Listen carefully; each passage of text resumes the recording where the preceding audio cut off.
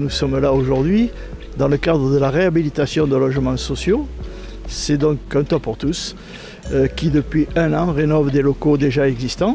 Ce ne sont pas des créations mais de la rénovation. Et ils ont coché pratiquement toutes les cases, celle de l'énergie, la perméabilité, l'accessibilité, la sécurité en installant donc des grilles, des interphones. Tout ça c'est fait dans le but d'améliorer les conditions de vie des habitants et c'est très important.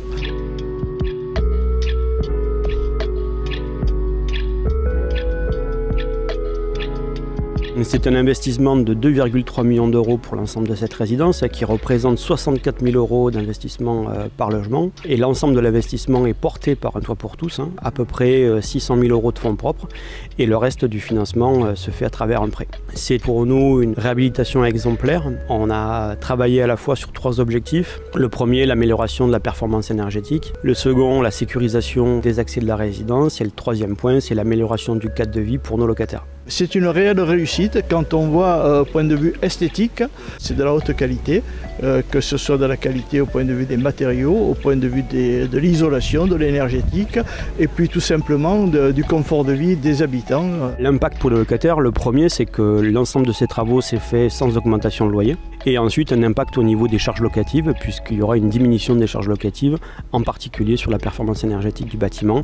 On est passé de l'étiquette D à l'étiquette B. On a gagné 2 étiquettes.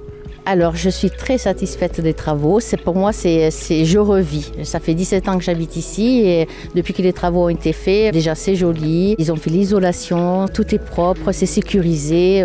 Non, je suis très bien. Par rapport à ce que j'ai vécu avant et maintenant au jour d'aujourd'hui, je me dis, c'est le jour et la nuit, quoi. Non, je reste à Aigues-Mortes. Maintenant, je suis bien, alors je ne bouge plus. Nous sommes en forte demande de logements sociaux maintenant avec toutes les déclinaisons qu'il y a, accession à l'habitat, beau, réel, solidaire, logement intermédiaire, etc. On n'est plus dans du HLM pur et dur comme c'était dans les années 60-70 et peut-être après. Donc on est vraiment maintenant dans des cadres de vie très agréables pour les résidents. Et c'est une chose de devoir loger les gens, mais il faut les loger dans des appartements qui sont décents, qui sont agréables, qui sont très beaux, isolés, esthétiques. Et ici, il y a toutes les qualités qui sont réunies.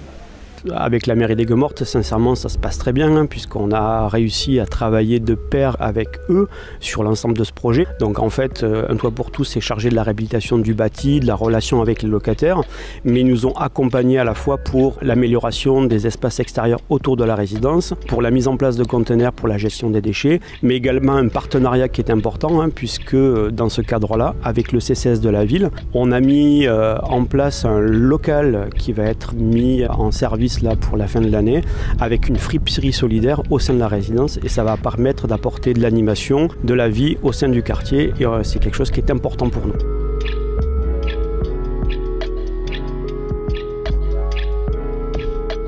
Avec un toit pour tous, bien sûr, c'est une relation, je dirais, qui est privilégiée, qui est continue, puisqu'il n'y a pas qu'ici qu'un toit pour tous a des appartements sociaux, il y en a dans d'autres endroits de la ville.